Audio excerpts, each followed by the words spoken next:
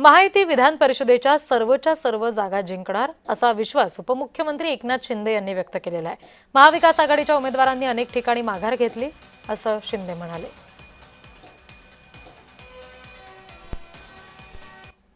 महाविकास आघाडीमध्ये जी काही बिघाडी पाहिलेली आपण म्हणजे त्यांचे एका कोणात पायपोस नाही आणि या निवडणुकीत देखील मोठ्या प्रमाणावर त्यांच्यामध्ये गटबाजी मतभेद सगळे समोर आले आणि उमेदवारांनी देखील त्यांच्या अनेक ठिकाणी माघार घेतली।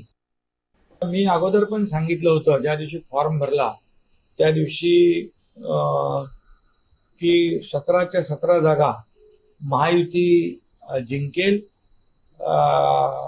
असा विश्वास मी व्यक्त केला होता।